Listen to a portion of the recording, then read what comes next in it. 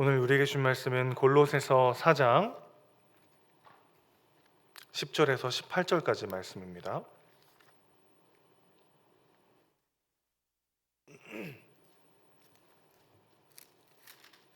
골로새서 4장 10절에서 18절까지 말씀 제가 봉독하도록 하겠습니다. 나와 함께 갇힌 아리스다고와 바나바의 생질 마가와 이 마가에 대하여 너희가 명을 받았음에 그가 이르거든 영접하라. 유스도라 하는 예수도 너희에게 문안하느니라. 그들은 할레파이나 이들만은 하나님의 나라를 위하여 함께 역사하는 자들이니 이런 사람들이 나의 위로가 되었느니라. 그리스도 예수의 종인 너희에게서 온 에바브라가 너희에게 문안하느니라. 그가 항상 너희를 위하여 애써 기도하여 너희로 하나님의 모든 뜻 가운데서 완전하고 확신 있게 서기를 구하나니 그가 너희와 라오디게아에 있는 자들과 히에라볼리에 있는 자들을 위하여 많이 수고하는 것을 내가 증언하노라. 사랑을 받는 의사 누가와 또 데마가 너희에게 문안하느니라. 라오디게아에 있는 형제들과 눈바와 그 여자의 집에 있는 교회에 문안하고 이 편지를 너희에게서 읽은 후에 라오디게아인의 교회에서도 읽게 하고 또 라오디게아로부터 오는 편지를 너희도 읽으라. 아키포에게 이르기를 주 안에서 받은 직분을 삼가 이루라고 하라. 나 바울은 친필로 문안하노니 내가 메인 것을 생각하라. 은혜가 너희에게 있을지어다. 아멘.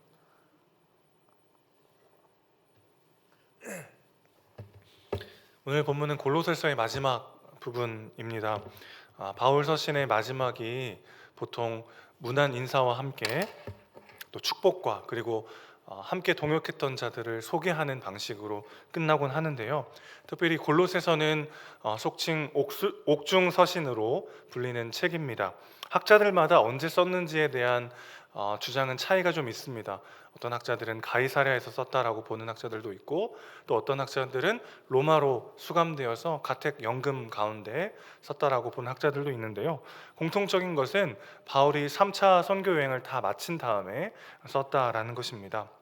그러니까 오늘 이 골로새서의 마지막 부분, 동역자들을 소개하는 부분을 가만히 읽어보면 바울의 그간의 사역이 정리되어 있는 것을 볼 수 있게 되는 것이죠. 그간의 선교 여행의 중간 결산이라고도 볼 수 있는 것입니다. 그래서 오늘 본문을 통해서 세 가지로 살펴보도록 할 텐데요. 첫 번째는 바울이 사역을 감당하면 감당할수록 점점 인격적으로 성숙해 가고 있는 것을 보게 되고요. 두 번째는 이 사역이라고 하는 것이 인간적 열심과 열정으로는 버텨낼 수가 없다라는 것을 우리는 보게 됩니다. 마지막 세 번째는요, 바울이 이 선교 여행을 감당할 수 있었던 것은 수많은 동역자들이 그들의 헌신이 있었기 때문에 가능했다라는 것을 볼 수 있는데 본문을 통해서 하나씩 살펴보도록 하겠습니다. 첫 번째는요, 사명 감당하는 동안 바울은 점점 더 인격적인 성화를 경험해 가고 있습니다.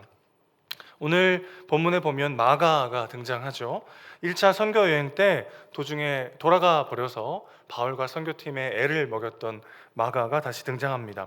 2차 선교 여행을 떠날 때 바울은 바나바와 이 마가를 데려가는 문제를 가지고 아주 심하게 다투다가 결국 둘로 갈라져서 따로 선교 여행을 가기도 했죠. 바나바 입장에서는 바울이 참 너무 섭섭했을 것 같습니다. 당신도 교회 박해자였기 때문에 교회에서 당신을 인정해주지 않고 믿어주지 않았지 않느냐. 그런데 내가 교회에 함께 얘기해가지고 사람들을 설득하고 신뢰받도록 했기 때문에 안디옥 교회에 와서 사역할 수 있지 않았느냐. 마가에게도 한 번 더 기회를 달라. 이게 이제 바나바의 입장이었을 것이고요. 바울의 입장에서는 몇 명 되지도 않는 이 선교팀에서 중간에 그만두고 나가면서 막대한 차질을 빚었죠. 그런 사람과 절대 함께할 수 없다라는 입장이 바울의 입장이었던 것 같습니다. 두 사람의 의견 대립이 첨예하게 대립하면서 결국 심하게 다투고 따로 선교 여행을 가게 되었던 일이 있죠. 한마디로 바울은 하나님이 주신 사명을 감당하는 일에 있어서 굉장히 철저했던 사람입니다. 뒤돌아보지 않고 올인하여 달려가는 스타일의 사람이었던 것이죠. 그런 바울에게 마가는 도저히 함께할 수 없던 사람이었습니다. 그런데 어느덧 마가가 바울과 함께하고 있는 것을 오늘 본문을 통해서 보게 되는 것이죠. 바울은 바나바와 화해했을 뿐만 아니라 이제 마가를 잘 영접해 주라고 부탁하고 있습니다. 그리고 노년에는 디모데에게 보낸 편지에서 네가 올 때 마가를 데려오라 라고도 이야기하죠. 하나님의 일을 감당할 때 하나님은요, 하나님의 사람들을 연단하시고 훈련시키십니다. 그래서 하나님의 사람들에게 성령의 은사를 주시기도 하지만 성령의 열매를 맺어가게 하시는 것이죠. 자, 그러니까 우리가 하나님의 사명을 감당하고 하나님께 쓰임 받을 때 내가 사역한 결과가, 내가 열심히 주를 위해 봉사한 결과가 어떠한가를 눈여겨보기보다는 내가 맺고 있는 성령의 열매가 무엇인지를 돌아보아야 한다는 것입니다. 바울은 점점 더 아주 무서운 리더가 되어가고 있어요. 탁월한 실력과 뒤를 돌아보지 않는 추진력과 의지를 갖추음과 동시에 한 영혼을 사랑하고 품어주는 사람으로 점점 더 성화되어 가고 있는 것입니다. 이것이 바로 하나님의 일을 감당하는 사람들이 얻는 축복인 것이죠. 하나님은 나와 성향이 다르고 가치관이 다르고 삶의 방식이 너무나도 다른 사람들을 우리의 인생에 딱 붙여놓으십니다. 그래서 내 안에 갇히지 않고 더 예수 닮은 사람으로 넓어져 가도록 우리를 빚어가시는 것이죠. 그래서 나와 다른 사람들, 나랑 잘 안 맞는 사람들, 품어내기가 참 어려운 사람들, 가까이 하고 싶지 않은 사람들, 이 사람들은 더 예수님 닮아가는 사람으로, 더 넓어져 가는 사람으로 우리를 빚어가시는 하나님의 축복인 줄로 믿습니다. 아멘 소리가 되게 적으시네요. 굉장히 힘든 일이죠, 사실은. 바울도 한번 보세요. 그의 성향과는 정말 맞지 않는 그런 사람들과 함께 동역하면서 그는 점점 더 예수님의 마음을 알아가는 사람으로 성화되어 가고 있습니다. 두 번째입니다. 인간적 열심과 열정으로는 사역을 끝까지 완수할 수 없다는 것입니다. 14절 보시면 누가와 데마가 바울의 동역자로 소개되고 있는데요. 그런데 디모데후서 4장 10절을 보면은 결국 데마가 세상을 사랑하여 바울을 버린 자로 언급되고 있습니다. 누가는 의사였고요. 바울의 그림자처럼 신실하게 그와 동역하던 사람이었죠. 누가복음과 사도행전을 기록한 사람이기도 합니다. 데마는 지금 그런 누가와 함께 소개될 정도로 바울의 아주 중요한 동역자였던 것 같습니다. 그런데 그는 끝까지 사명을 완수하지 못하고 중간에 바울을 버리고 떠나게 되는 거죠. 바울을 그냥 떠났다라고 기록되어 있지 않고 디모데후서 4장 10절을 보면은 바울을 버렸다라는 표현이 나오는데 단순히 떠난 게 아니라 바울을 배신하고 버렸다는 의미로 강력하게 쓰이고 있습니다. 그가 왜 그랬는지에 대해서 성경에 자세히 나오지 않지만 그 대목을 보면 데마가 세상을 사랑했다 이런 표현이 나와요. 자, 그러니까 우리는 데마를 통해서 하나님의 사명을 감당할 때 있어서의 우리의 동기를 늘 점검해 봐야 한다는 것을 깨닫게 되는 것이죠. 열심히 사명을 감당할 때 그 열심에는 은혜의 감격뿐만 아니라 여러 가지 다양한 동기들이 섞여 들어올 수 있기 때문에 그렇습니다. 제가 20대 중반에 극심한 영적 탈진이 와서 한동안 주일에 교회를 안 나간 적이 있습니다. 그도 그럴 것이 금요일 저녁부터 토요일 주일 밤까지 정말 열심히 봉사하고 헌신하고 작은 시골 교회를 다니면서 온갖 봉사와 섬김을 다 했던 것 같아요. 분명 하나님을 사랑했고 은혜를 경험했기 때문에 시작한 일이었지만 그 가운데는 참 많은 동기들이 있었습니다. 형 누나들과 함께 일하는 것이 너무 재밌었어요. 만나서 같이 맛있는 것도 먹고 웃고 서로 사랑하면서 그 교제 가운데 일하는 것 자체가 너무 즐거웠던 것 같습니다. 또 교회에서 신실한 일꾼으로 인정받고 부름받는 게 참 감사하기도 했죠. 그리고 내가 여러 일들을 감당하면서 교회를 세워간다라고 하는 보람과 자부심도 있었습니다. 자, 그러니까 하나님께서 나를 사랑하셨고 구원하셨고 하나님의 일꾼으로 불러주셨다라고 하는 감사와 감격도 물론 있었지만 그 가운데 여러 다양한 다른 동기들이 있었다라는 것이죠. 그런데 함께하던 선배들은 하나 둘씩 타지로 떠나기 시작했고요. 내 헌신은 점점 당연해지고 더 많은 짐이 부과되고 그래서 섭섭함이 몰려오기 시작했습니다. 그러다 보니까 열심히 하지 않는 자들에 대한 막 비난과 정죄가 내 안에 막 가득하기 시작해진 것이죠. 그러면서 굉장히 심각하게 탈진이 왔고 교회를 떠날 뻔했던 경험이 있습니다. 바울은 데마가 세상을 사랑했다고 말합니다. 원문을 직역하자면 현세를 사랑했다라는 뜻이 됩니다.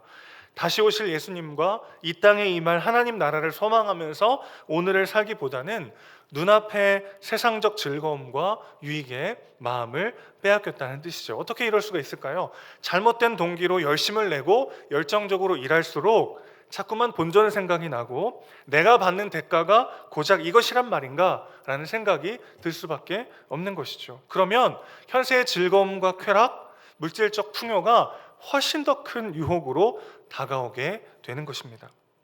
하나님께서 맡겨주신 사명을 열심히 감당하는 것도 중요하지만 더 중요한 것은 오늘 내가 어떤 동력으로 움직이고 있는지를 돌아보는 것입니다. 내가 기대하는 것보다 하나님은 우리의 헌신을 훨씬 더 귀하게 사용해 주십니다. 그리고 훨씬 더 영광스럽고 영원한 것으로 갚아주십니다. 하나님의 자녀가 되었음에 대한 감격과 나에게 맡겨주신 사명으로 인해서 내 인생을 귀하게 사용해 주시고 말할 수 없는 영광의 면류관을 우리에게 주시는 하나님을 바라볼 때 우리는 이 세상이 아닌 하나님 나라의 소망을 가지고 끝까지 우리에게 주신 사명의 자리를 완주할 수 있게 될 줄로 믿습니다. 바울의 선교 여행과 그의 사역을 통해서 우리가 배울 수 있는 중요한 사실이 바로 이것이죠. 끝까지 사명 감당하며 지속 가능한 헌신을 위해서는 오늘 내가 어떤 동기로, 어떤 동력으로 움직이는 사람인가 돌아봐야 한다는 것입니다. 사람의 인정과 칭찬 혹은 나 자신의 자부심과 보람을 위해서가 아니라 하나님이 내게 맡겨주신 그 사명을 감당할 때 내가 생각지도 못할 만큼 영광스럽게 나의 인생을 사용해 줄 뿐만 아니라 내가 기대하는 것을 뛰어넘는 훨씬 더 영원하고 영광스러운 것으로 갚아주신다는 것을 기억하면서 끝까지 주의 부르심 앞에 달려가는 우리 모두가 되길 소망합니다. 마지막 세 번째입니다. 하나님의 일은 수많은 동역자들과 함께 감당하는 것입니다. 바울 서신의 끝자락에 나오는 여러 동역자들의 이름들을 보면서 우리는 바울의 바울됨은 수많은 동역자들의 헌신이 있었기 때문에 가능했다는 것을 다시 한번 깨닫게 됩니다. 특히 오늘 본문에서 유스도라는 사람에게 집중해 보고자 하는데요. 이 유스도라는 이름은 신약 성경에 총 3번 나옵니다. 첫 번째는 사도행전 1장 23절에서 가룟 유다 대신에 새롭게 사도에 뽑히게 될 최종 2인의 후보가 있었죠. 한 사람은 마띠아이고 결국 마띠아가 사도가 되는데 또 한 사람은 바사바라고도 하는 유스도라고도 하는 요셉이었습니다. 또 한 사람은요, 사도행전 18장 7절에 고린도에 사는 디도 유스도라는 인물이 나오는데 본문의 유스도는 이들과는 별개의 다른 사람입니다. 유스도는 정의라는 뜻을 가진 별명이고 예수라고 하는 이름을 봐서는 그가 아마 정통 유대인이었던 것 같습니다. 수많은 유대인들에게 공격을 당했던 바울이 유대인이면서도 그를 신실하게 따르고 동역했던 그가 참 위로가 되었던 것 같아요. 그래서 바울은 그를 자신의 동역자요 위로자가 되어준 사람이라고 소개하고 있습니다. 이 정도가 이 인물에 대한 소개의 전부였어요. 한마디로 유스도는 무명의 동역자였습니다. 그가 어떤 일을 행했고 얼마나 큰 열매들을 맺혀갔는지는 기록되지 않았지만 그는 지금 수천 년이 지난 지금까지도 온 교회 성도들에게 기억되는 바울의 동역자가 된 것이죠. 우리가 그리스도의 동역자가 된다는 것은 이런 의미입니다. 우리가 무명한 자 같으나 유명한 자요 패배한 사람들인 것 같으나 영원한 승리를 누리는 자들인 것이죠. 그러니 하나님은 이 시대에도 하나님의 마음을 시원케 하고 하나님을 위로하는 또 다른 유스도들을 찾고 계시는 줄로 믿습니다. 또 다른 하나님의 사람들에게 위로자가 되어주는 무명의 유스도들을 통해서 하나님은 일하고 계십니다. 꼭 바울이 아니어도요, 누가 같은 탁월한 사람이 아니어도 하나님은 무명의 유스도들을 통해서 오늘 그 부르심의 그 자리에서 정의롭게 그리고 하나님을 사랑하며 신실하게 사명을 감당하는 그 한 사람 한 사람을 통해서 하나님의 나라를 완성해 가실 줄로 믿습니다. 말씀을 정리하도록 할게요. 하나님의 일에 쓰임받을 때 우리 삶에 어떤 일이 일어나게 됩니까? 우리는 점점 더 예수 닮아가는 존재가 될 것입니다. 하나님께서 맡겨주신 사명을 감당하면서 성령의 열매를 맺어가는 인격적 성숙을 경험하는 우리 모두가 되기를 축복합니다. 또 내 열정과 열심, 내 만족과 유익을 위해서가 아니라 구원의 감격과 하나님 나라에 대한 소망 때문에 움직이는 사람이 되시기를 주님의 이름으로 축원합니다. 마지막으로요, 그리스도의 동역자로, 동역자들에 대한 위로자로, 무명한 자 같으나 유명한 자로 하나님께 기억되는, 세상이 몰라준다 할지라도 하나님이 기억하시는 존귀한 하나님의 사람으로 평생 쓰임받는 우리 모두가 되시기를 주님의 이름으로 축원합니다. 아멘. 기도하겠습니다. 아버지 하나님, 하나님의 부르심에, 하나님께서 주시는 사명에 순종하며 감당하며 살아가는 삶이 얼마나 존귀하고 아름다운 삶인지를 다시 한번 말씀을 통해 깨닫습니다. 세상이 몰라주고 당장의 유익과 대가가 없다 할지라도 우리를 구원하시고 자녀 삼아주셨을 뿐만 아니라 우리를 사명자가 되게 하셔서 내가 생각했던 것보다 훨씬 더 영광스럽게 나의 헌신을 사용하여 주시고 우리를 하나님 나라의 생명책에 기록하실 뿐만 아니라 영원한 하나님의 나라에서 영원토록 왕노릇하는 영광스러운 존재로 기억해 주심을 다시 한번 깨닫습니다. 주님, 그 사명의 영광과 그 기쁨을 누리며 오늘도 맡겨진 사명을 끝까지 충실하게 감당하고 우리에게 달려갈 길을 끝까지 완주하는 우리 모두가 될 수 있도록 주여 붙잡아 주시옵소서. 우리가 왜 움직이고 있는지, 무엇을 위하여 달려가고 있는지 돌아보게 하시고 주 예수 그리스도께서 받은 사명과 그 사랑의 감격으로 움직이는 오늘 하루가 될 수 있도록 주여 우리를 붙잡아 주시옵소서. 우리 사랑이시고 주인이신 예수님의 이름으로 기도합니다. 아멘.